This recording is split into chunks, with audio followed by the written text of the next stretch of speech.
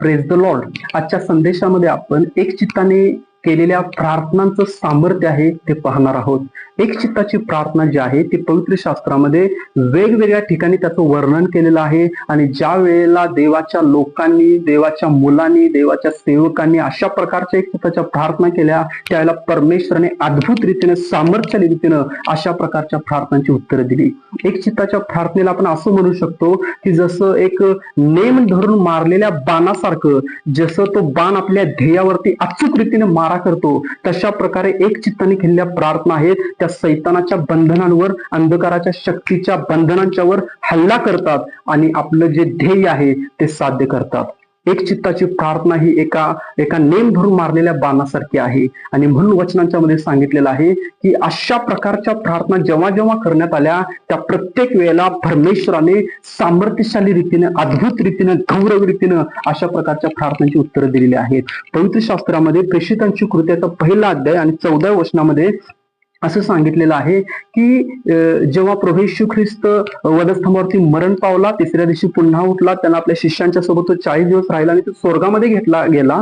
जेव्हा तो स्वर्गामध्ये घेतला गेला त्यानंतर जे शिष्य त्या ठिकाणी त्यांनी पाहिलं येशू स्वर्गामध्ये घेतला जात आहे, त्यानंतर ते जैतुनाच्या डोंगरावरून खाली उतरले आणि ते एका माडीवरच्या खोलीमध्ये एकत्र जमले. आणि मग प्रेषितांची कृत्य 1 अध्याय 14 वचन या ठिकाणी सांगत आहे की पेत्र, याकोब आणि योहान आणि त्याच्यासोबतचे जे प्रेषित किंवा येशूचे जे शिष्य आहेत, अनेक स्त्रिया आहेत, असे 120 जण जे आहेत त्या माडीवरच्या खोलीमध्ये दार बंद करून एक चित्ताच्या प्रार्थनांच्या मध्ये तत्पर होते. एक चित्ताच्या प्रार्थनांच्या मध्ये तत्पर होते असं सांगितलेलं आहे. हो, ज्या ठिकाणी इंग्लिशमध्ये हा जो शब्द वापरण्यात आलेला आहे, prayer in one accord. Prayer in one accord. One accord हा एक चित्तासाठी शब्द वापरण्यात आलेला आहे. त्याचा अर्थ असा आहे की अनेक लोक एका गोष्टीविषयी सहमत होऊन एका उद्देशाने एका वेळेला सारखीच कृती करतात, तर ती कृती एक चित्ताची किंवा वन अकॉर्ड अशा प्रकारे ती कृती होते. परत एकदा सांगत आहे, अनेक लोक एका गोष्टीविषयी सहमत होऊन एका उद्देशाने एका वेळेला एकसारखीच कृती करतात, त्यावेळेला ती कृती एक चित्ताची कृती होते. आता या ठिकाणी शिष्य प्रार्थनेची कृती करत आहेत. हे 120 जण जे आहेत ते माडीवरच्या खोलीमध्ये दार बंद करून प्रार्थनेची कृती करत आहेत. जरी ते 120 जण होते तरी देखील त्यांच्या प्रार्थना आहेत त्या वेगवेगळ्या उद्देशासाठी नव्हत्या. त्यांच्या सर्वांच्या प्रार्थनेचा हेतू, त्यांच्या सगळ्यांच्या प्रार्थनेचा उद्देश एकच होता. त्यांनी सगळेजण एका गोष्टीविषयी एकमत झालेले होते. आणि ती एकमत झालेली गोष्ट कोणती होती? जेव्हा येशू ख्रिस्त स्वर्गामध्ये घेतला जात होता त्याच्या अगोदर प्रभू येशूने त्यांना एक उद्देश दिलेलं होतं, एक ध्येय दिलेलं होतं. प्रभू येशू त्यांना म्हणाला, प्रेषितांची कृत्याचा 1 अध्याय 4व्या वचनामध्ये, पित्याने देऊ केलेल्या देणगीची तुम्ही वाट पहा. आणि 8व्या वचनामध्ये सांगितलेलं आहे की पवित्र आत्मा तुमच्यावरती उतरेल, त्यावेळेला तुम्हाला सामर्थ्य प्राप्त होईल. तुम्ही यहुदियामध्ये, शमरोनामध्ये, तुम्ही यरुशलेममध्ये, यहुदियामध्ये, शमरोनामध्ये आणि पृथ्वीच्या शेवटापर्यंत माझे साक्षी व्हाल. म्हणजे परमेश्वर प्रभू येशू ख्रिस्त जेव्हा स्वर्गामध्ये घेतला जात होता त्यावेळेला त्यांना आपल्या शिष्याने एक उद्देश दिला की पवित्र आत्म्याच्या देणगीची तुम्हाला वाट पाहायचं आहे आणि तुम्हाला त्यासाठी प्रार्थना करायचं आहे. आता हे 120 जण वेगवेगळ्या विषयांसाठी प्रार्थना करत नाहीत, तर एकाच विषयासाठी एकाच वेळेला एकसारखीच प्रार्थनेची कृती करत आहेत. एकच उद्देश ठेवून ही एक चित्ताची प्रार्थना करत आहेत, ती म्हणजे प्रभू परमेश्वरा, पित्यानं देऊ केलेली जी देणगी आहे पवित्र परमेश्वरा ती आम्हाला दे. आणि मग अशा प्रकारे एक चित्ताची प्रार्थना ते करत असताना वचनांच्या मध्ये सांगितलेलं आहे की 50व्या दिवशी, पेंटेकॉस्टच्या दिवशी पवित्र आत्मा त्यांच्यावरती उतरला. ते सर्व त्याने परिपूर्ण झाले, अग्नीच्या जिभा त्यांना मिळाल्या आणि ते वेगवेगळ्या भाषांच्या मध्ये बोलू लागले. एक चित्ताची प्रार्थना ही आपल्या ध्येयावरती अचूक हल्ला करते. एक चित्ताची प्रार्थना ही जी आपलं ध्येय आहे, जो उद्देश आहे तो अचूकपणे टिपते किंवा त्याला प्राप्त करते. आणि म्हणून एक चित्ताची प्रार्थना करणं आपल्याला शिकणं अतिशय गरजेचं आहे. देवाच्या वचनांच्या मध्ये आपल्याला पाहायला मिळतं की वेगवेगळ्या ठिकाणी अशा प्रकारच्या प्रार्थना जेव्हा केल्या गेल्या त्यावेळेला परमेश्वराने सामर्थ्यशाली रीतीनं अशा प्रार्थनांची ती उत्तरं दिली. वचनांच्या मध्ये सांगितलेलं आहे, प्रेषितांची कृत्याचा 12 अध्याय 5व्या वचनामध्ये, 12 अध्याय जेव्हा तुम्ही वाचाल तर त्या ठिकाणी सांगितलेलं आहे की स्टेफन जो आहे तो स्टेफन त्याचा छळ झाला किंवा स्टेफनाला दगडमार करून मारण्यात आलं, तो शहीद झाला. आणि मग त्याला तो जेव्हा शहीद झाला त्यावेळेला जी मंडळी आहे त्याचा छळ होऊ लागला, प्रेषितांचा, शिष्यांचा, विश्वासणाऱ्यांचा छळ होऊ लागला. आणि ते वेगवेगळ्या भागांच्या मध्ये त्यांची पांगापांग झाली, वेगवेगळ्या भागांच्या मध्ये ते गेले.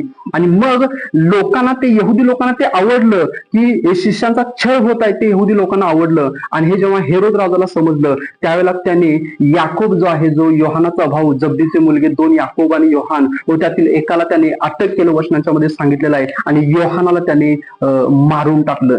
आणि जेव्हा योहानाला मारलेलं आहे हे जेव्हा यहुदी लोकांना समजलं, त्यांना ते याकोबाला जेव्हा मारलेलं आहे, जेव्हा यहुदी लोकांना समजलं त्यावेळेला यहुदी लोक आनंदित झाले. हे पाहून हेरोदाला आणखीन उत्तेजन मिळालं, त्याला चेव आला. आणि त्याने निर्णय घेतला की पेत्राला देखील मी, जो मुख्य आहे, ह्या सगळ्या गोष्टींचा मुख्य आहे, तो पेत्राला देखील मी अटक करणार आणि ते पेत्राला देखील मारून टाकणार. आणि त्याने त्याच्या त्याच्या प्लाननुसार, योजनेनुसार पेत्रावरती हल्ला केला, पेत्राला त्याने अटक केलं. आणि वचनांच्या मध्ये सांगितलेलं आहे की आता तो पेत्राला मारणारच आहे, तो त्याने पेत्राला मारण्याचाच प्लान केलेला आहे, असं वचनांच्या मध्ये लिहिलेलं आहे. परंतु प्रेषितांची कृत्ये याचं 12वा अध्याय आणि 5व्या वचनामध्ये असं सांगितलेलं आहे की पेत्रासाठी किंवा पेत्राच्या सुटकेसाठी किंवा पेत्राचा वध होऊ नये यासाठी मंडळी जी आहे ती एकाग्रतेने, एक चित्ताने प्रार्थना करत होती. सर्व मंडळी मिळून दार बंद करून पेत्राच्या सुटकेसाठी प्रार्थना करत होती. आता जर समजा त्या ठिकाणी 100 लोक प्रार्थना करत आहेत आणि पेत्राच्या सुटकेसाठी, तर ते वेगवेगळ्या विषयांसाठी प्रार्थना करत नाहीत की कोणीतरी संजीवन यावं यासाठी प्रार्थना करत आहे, कोणीतरी वेगळ्या गोष्टीसाठी, आरोग्य बरोबर यासाठी प्रार्थना करत आहे, कोणीतरी तिसऱ्या गोष्टीसाठी प्रार्थना करत आहे. परंतु ते जेवढे लोक त्या ठिकाणी एकत्र होते ते सगळे लोक एकाच उद्देशाने प्रार्थना करत होते. तो एक उद्देश म्हणजे काय आहे की प्रभू परमेश्वरा, आमचा जो पुढारी आहे, पेत्र आहे, त्याची सुटका कर. प्रभू परमेश्वरा, घरू देवा, त्याची आम्हाला गरज आहे, प्रभू त्याची सुटका कर. आणि वचनांच्या मध्ये सांगितलेलं आहे जेव्हा हे एकाग्रतेने, एक चित्ताने प्रार्थना करत आहेत परमेश्वराने, ज्या रात्री त्या दुसऱ्या दिवशी सकाळी पेत्राला लोकांच्या समोर तो नेणार होता आणि त्या पेत्राला तो मारणार होता. ज्या दिवशी पेत्राला तो मारणार होता त्याच्या आदल्या रात्री वचनांच्या मध्ये सांगितलं आहे की परमेश्वराने आपला दूत आहे तो त्या ठिकाणी पाठवला. आणि पेत्राच्या जवळ, ज्या ठिकाणी पेत्राला कैद केलेलं होतं, त्या ठिकाणी तो दूत गेला आणि पेत्राला त्यानं उठवलं झोपेतून आणि पेत्राची बंधनं ती सोडली. आणि त्या पहारेकरांच्या एका चौकातून, दुसऱ्या चौकातून, तिसऱ्या चौकातून, चौथ्या चौकातून त्याला बाहेर काढलं. वचनांच्या मध्ये म्हणलेलं आहे मुख्य रस्त्यावरती पेत्राला आणलं. आणि मग तो दूत आहे तो तिथे निघून गेला. पेत्राला समजलं नाही नक्की काय झालेलं आहे. आणि पेत्राला समजलं की आपली सुटका झालेली आहे, देवाने त्याचा दूत पाठवून मला सोडवलेला आहे. आणि मग पेत्र आहे तो त्या मुख्य रस्त्यावरून, ज्या ठिकाणी प्रार्थना चालू होती, त्या घरामध्ये तो गेला. आणि जेव्हा त्या घरातील लोकांनी पेत्राला पाहिलं त्यावेळेला त्यांनी आश्चर्यचकित झालं. पेत्राने त्यांना सांगितलं की देवाच्या दूताने, परमेश्वराने आपला दूत पाठवून मला सोडवलं. जेव्हा मंडळी एकाग्रतेने, एक चित्ताने, एक वन अकॉर्ड अशा प्रकारे ती प्रार्थना करत आहेत, हालेलुया, त्यांची ती प्रार्थना सैतानाच्या डावपेचांच्या विरोधामध्ये, हालेलुया, सैतानाच्या सगळ्या बंधनांच्या विरोधामध्ये अचूकपणे मारलेल्या बाणासारखी होती. आणि तो जो बाण आहे प्रार्थनेचा तो सुटला आणि त्याने सैतानाची बंधन आहे ती तोडली, दुरात्म्यांची बंधन आहे ती तोडली. हालेलुया, एक चित्ताच्या प्रार्थना अशा प्रकारे प्रभावीपणे काम करतात. आपल्याला पाहायला मिळतं की जेव्हा वचनांच्या मध्ये आपल्याला पाहायला मिळतं की जेव्हा हिजकिया जो राजा आहे जुन्या करारामध्ये, दुसरे राजे याचा 19वा अध्याय, दुसरे राजा याचा 19वा अध्याय नंतर तुम्ही वाचा. हिजकिया राजा हे एक चांगला राजा होता. वचनांच्या मध्ये म्हणलेलं आहे की यहुदामध्ये जेवढे राजे झाले, इस्रायलमध्ये जेवढे राजे झाले, मोजके राजे आहेत ते चांगले होते, त्याच्यापैकी हिजकिया होता. आणि तो देवाच्या वचनांच्या अधीनतेमध्ये राज्य करत होता. जेव्हा तो यरुशलेम मध्ये, यहुदामध्ये राज्य करत आहे त्यावेळेला वचनांच्या मध्ये सांगितलं की त्यानं आणखी खूप चांगल्या गोष्टी आहेत. वल्लांडन सण सुरू केला, त्यानं देवाचं जे मंदिर आहे त्या ठिकाणी आराधना आहे, ती भक्ती आहे ती चालू केली. आणि अशा प्रकारे तो एक चांगला, देवाला भिवून वागणारा राजा होता. आणि मग त्या राजाच्या, ह्या हिजकिया राजाच्या विरोधामध्ये अश्शूर नावाचा एक राजा आहे, अश्शूर राष्ट्राचा राजा, निनिवे हे ज्याची राजधानी, त्या राष्ट्राचा राजा सन्हेरीब यानं एक आक्रमण केलं. आता हा सन्हेरीब राजा आहे, तो बलशाली राजा होता. अनेक राष्ट्रांना हरवत हरवत हरवत शेवटी तो आलेला आहे यहुदाचा राजा हिजकिया याच्या राज्याच्या जवळ. आणि मग जेव्हा हा राजाच्या जवळ आलेला आहे त्यावेळेला हिजकिया राजाने आपलं सैन्य पाहिलं, त्यावेळेला त्याच्याकडे अतिशय थोडकं सैन्य आहे. आणि जेव्हा त्याने अश्शूरच्या राजाकडे पाहिलं, त्याच्याकडे रथ आहेत, घोडे आहेत आणि 2 लाखांच्या आसपास त्याच्याकडे सैन्य आहे. म्हणजे तो जो शत्रू पक्षाचा राजा आहे तो बलशाली राजा आणि अनेक राष्ट्रांना हरवत तो त्या ठिकाणी आलेला आहे. परंतु हिजकिया राजा घाबरला नाही. वचनाच्या मध्ये सांगितलेलं आहे की तो परमेश्वराच्या जवळ गेला आणि त्यानं परमेश्वराच्या जवळ प्रार्थना केली. जेव्हा तो सन्हेरीब राजा आहे त्याने निरोप पाठवला हिजकिया राजाला आणि यहुदातल्या यरूशलेमातल्या लोकांना की तुम्ही तुमच्या देवावरती भरोसाच ठेवू नका, कारण एवढ्या राष्ट्रांना मी जिंकत आलेलो आहे, यातल्या कुठल्याही राष्ट्राच्या देवाने त्या राष्ट्रांचं संरक्षण केलं नाही आणि तुमचं संरक्षण तुमचा देव करेल, अशा प्रकारे स्वतःची फसगत करून घेऊ नका. आणि सगळे यहुदी लोक आहेत, जे लोक आहेत ते घाबरले. परंतु हिजकिया राजा आहे त्याने ते पत्र घेतलं, जे धमकीचं पत्र होतं, तो गेला आणि तो देवाच्या मंदिरामध्ये गेला आणि तो एक चित्ताने प्रार्थना करत आहे. त्याच्या प्रार्थना जी आहे ती एक चित्ताची प्रार्थना आहे. म्हणजे त्याला माहित होतं की तो कशासाठी प्रार्थना करत आहे, उद्देश ठेवून तो प्रार्थना त्या ठिकाणी करत आहे. आणि वचनांच्या मध्ये सांगितले, ज्या रात्री तो देवाच्या मंदिरात प्रार्थना करत आहे, प्रभू परमेश्वरा गौरवी देवा, ओ हालेलुया, रथाने किंवा घोड्याने किंवा सैन्याने विजय मिळतो असा नाही प्रभू, परंतु परमेश्वरा तुझ्या सामर्थ्याने ओ हालेलुया आम्हाला विजय मिळतो पवित्र देवा. तो एक चित्ताची प्रार्थना करत आहे. ओ त्याच्या प्रार्थनेचा उद्देश एकच आहे की आमच्या राष्ट्राची सुटका, प्रभू ह्या राज्यापासून प्रभू तो आमच्या राष्ट्राला वाचव. आणि वचनाच्या मध्ये सांगितले, जेव्हा तो अशा प्रकारची एक चित्ताची प्रार्थना करत आहे त्यावेळेला हालेलुया त्या रात्री परमेश्वराने त्याचा दूत पाठवलं आणि ज्या 2 लाख सैनिक किंवा 1,85,000 सैनिकांनी हिजकियाच्या राज्याला यहुदाला वेढा घातलेला होता, ते 1,85,000 सैनिक, विरोधी पक्षाचे सैनिक जे आहेत त्या 1,85,000 सैनिकांना या देवाच्या दूताने तलवारीने मारून टाकलं. जेव्हा ते सकाळी उठले, तो राजा उठला, त्याने बघितलं की सर्व प्रेत पडलेले आहेत. तो घाबरला आणि तो आपलं राज्य आहे निनवे राष्ट्र आहे तिकडे, अश्शूरच्या राष्ट्र आहे तिकडे तो राजा आहे तो गेला. आणि त्याच ठिकाणी वचनाच्या मध्ये सांगितलं की त्याच्या सेवकांनी त्या राजाला आहे ते मारून टाकले. अनेक राष्ट्रांच्यावरती विजय मिळवत आलेला हा बलशाली राजा, जेव्हा हिजकियाने एक चित्ताची प्रार्थना, एका उद्देशाची प्रार्थनेचा मार्ग अवलंबला, हालेलुया, ओ हालेलुया, ओ परमेश्वरने एका रात्रीमध्ये वचनांच्या मध्ये सांगितले 1,85,000 त्याचे सैनिक मारून टाकले. आणि तो राजाचा घात आहे हालेलुया त्याच्याच राज्यामध्ये त्याच्याच लोकांनी केला. देवाचं वचन जे आहे ना, देवाचं वचन म्हणते ओ तुझे शत्रू 1 वाट्याने आला तर ते 7 वाटाने फळून जाईल. अनुवादाच्या 28व्या अध्यायामध्ये हे वचन सांगितलेलं आहे. हिजकिया राजा ते वचन कदाचित घेऊन प्रार्थना करत असेल, एक चित्ताची प्रार्थना, हो हालेल, एक उद्देशाची प्रार्थना.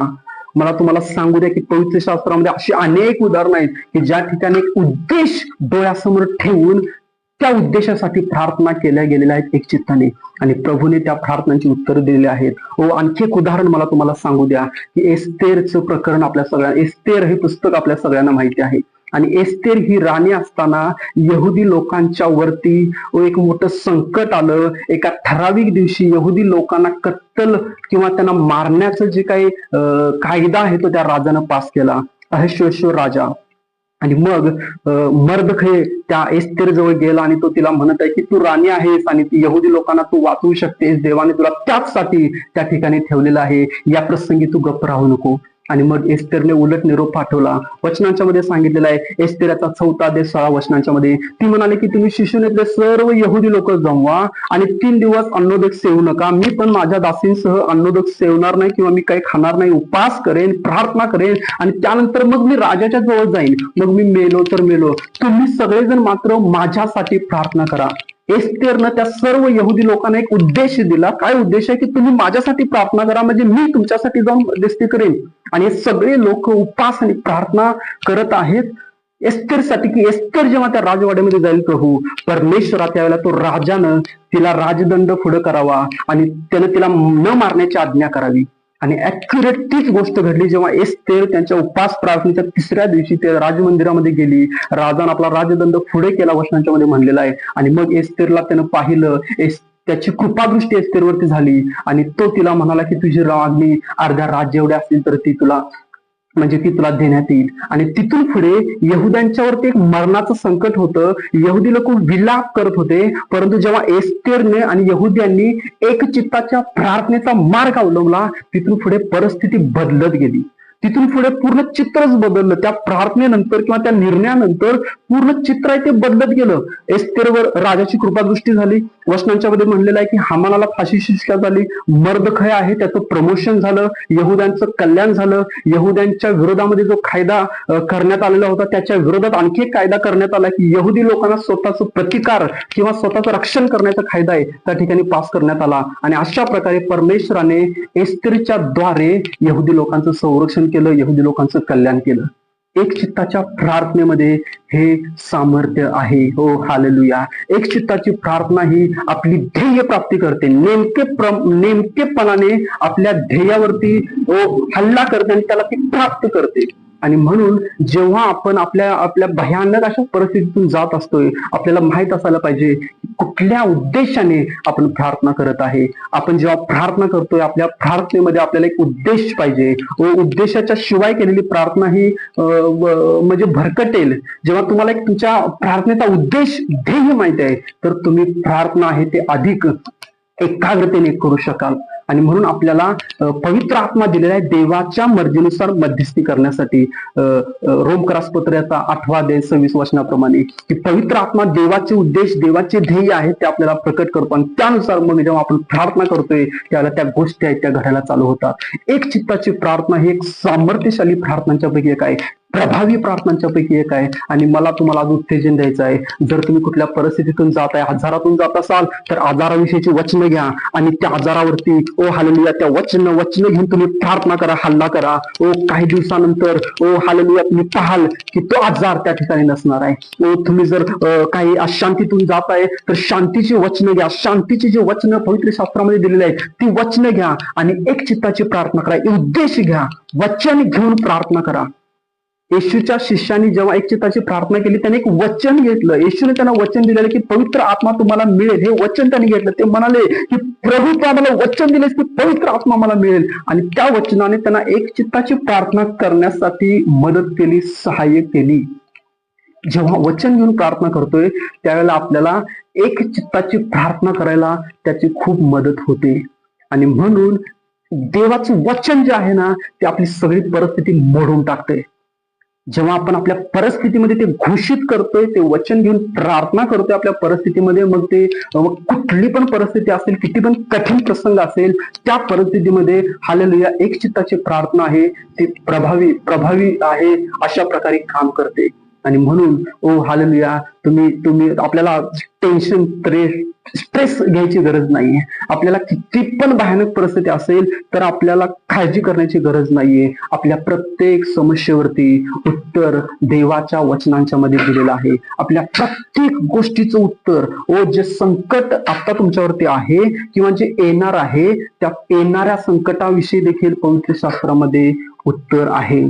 म्हणजे जेव्हा आपण त्या संकटाकडे न पाहता देवाच्या वचनांच्याकडे पाहून एक चित्ताची प्रार्थना करतोय म्हणजे हालेलुया एक ध्येय डोळ्यासमोर देऊन आपण प्रार्थना करतोय.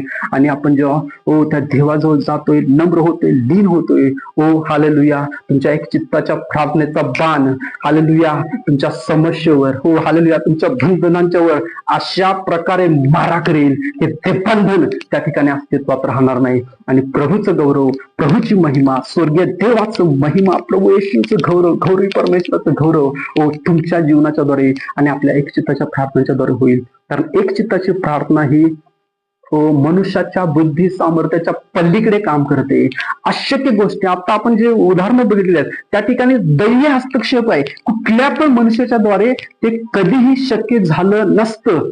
विचार करा जेव्हा पेत्रासाठी मंडळी एकाग्रतेने प्रार्थना करतात, प्रेषितांची कृत्य 12-5 वचनामध्ये दूताला परमेश्वराने पाठवलं. हे मनुष्याला कधीच शक्य नाही. हालेलुया. एस्तेर राजाचं मन त्या ठिकाणी परमेश्वराने अशा रीतीने बदललं की त्यांच्या संकट त्यांच्या गळ्याशी आलेलं होतं, पण तिथून त्यांचं कल्याण आहे, त्यांचे दिवस बदलले, त्यांची परिस्थिती आहे ती तिथून पुढे बदलायला चालू झाली. वचनांच्या मध्ये म्हणलेलं आहे की हिजकिया राजा तो राजात आक्रमण करणारच आहे. आणि हिजकिया राजानं प्रार्थना केली, यशया संदेशाच्या द्वारे देवाने निरोप पाठवला की तो राजा जिथून आलाय तिथून तो परत जाणार आहे आणि परमेश्वर तुला याच्यावरती विजय देणार आहे. त्या रात्री परमेश्वराने दूत पाठवला आणि 1,85,000 सैनिकांची कत्तल केली आणि तो राजा तिकडे त्या देशात जाऊन तो मरण पावला. दैवी हस्तक्षेप आपल्याला पाहायला मिळतो जेव्हा आपण एक चित्ताची प्रार्थना करतो. आज मला ह्या संदेशाच्या द्वारे तुम्हाला उत्तेजन द्यायचं आहे. तुमची परिस्थिती काय आहे ते पाहू नका, परंतु स्वतःला एक चित्ताच्या प्रार्थनांच्या मध्ये झोकून द्या. सकाळ दुपार संध्याकाळ एक चित्ताच्या प्रार्थनांच्या मध्ये झोकून द्या. आणि मी खात्रीशीर रीतीने तुम्हाला सांगू शकतो, मला तुम्हाला खात्री देऊ द्या की ती गोष्ट त्यानंतर तुमच्या जीवनामध्ये असणार नाही, तर परमेश्वर त्याचा गौरव तुमच्या प्रार्थनांच्या द्वारे आणि उत्तरांच्या द्वारे हालेलुया त्या ठिकाणी प्रकट करेल. परमेश्वर तुम्हाला दैवी हस्तक्षेप करून सुटका देईल. आणि म्हणून एक चित्ताची प्रार्थना करण्यासाठी आपल्याला शिकलं पाहिजे. पवित्र आत्म्याच्या द्वारे पवित्र आत्मा आहे तो आपल्याला त्या प्रकारच्या प्रार्थना करण्यासाठी मदत करतोय. मला खात्री आहे की निश्चितपणे परमेश्वर तुमची भेट घेत आहे. मी तुमच्यासाठी प्रार्थना करतो. स्वर्गीय सामर्थ्यशाली देवा, गौरवी देवा, महान परमेश्वरा, मी प्रार्थना करत आहे गौरवी देवा. आज जे प्रभू एक चित्ताच्या प्रार्थनेची उदाहरणं मी पाहिलेले आहेत. मी प्रार्थना करत आहे प्रभू, आमच्यापैकी प्रत्येकाला एक चित्ताने प्रार्थना करणार बनव प्रभू. एक ध्येय, एक उद्देश घेऊन प्रार्थना करणार, वचन घेऊन प्रार्थना करणारा आम्हाला बनव. म्हणजे प्रभू परमेश्वरा त्या सैतानाच्या दुरात्म्यांच्या अंधकाराच्या शक्तींवर एका प्रभावी अचूक हल्ला करणाऱ्या, मारा करणाऱ्या बाणासारखं प्रभू आमच्या प्रार्थना त्या सैतानाचं राज्य बंधन आहे ते उद्ध्वस्त करतील. आणि प्रभू तुझं राज्य येईल, तुझं गौरव होईल, तुझी महिमा आमच्या जीवनाच्या द्वारे होईल. पवित्र आत्मा तो अभिषेक, ते सामर्थ्य आज आमच्या प्रत्येकाच्या जीवनातून वाहू दे, यासाठी की आमचं जीवन तुझ्या गौरवासाठी, तुझ्या महिमेसाठी वापरलं जाईल. सर्व गौरव प्रभू तुला देतो. नासरेत येशूच्या नावात प्रार्थना करताय प्रभू. नाही, आमेन.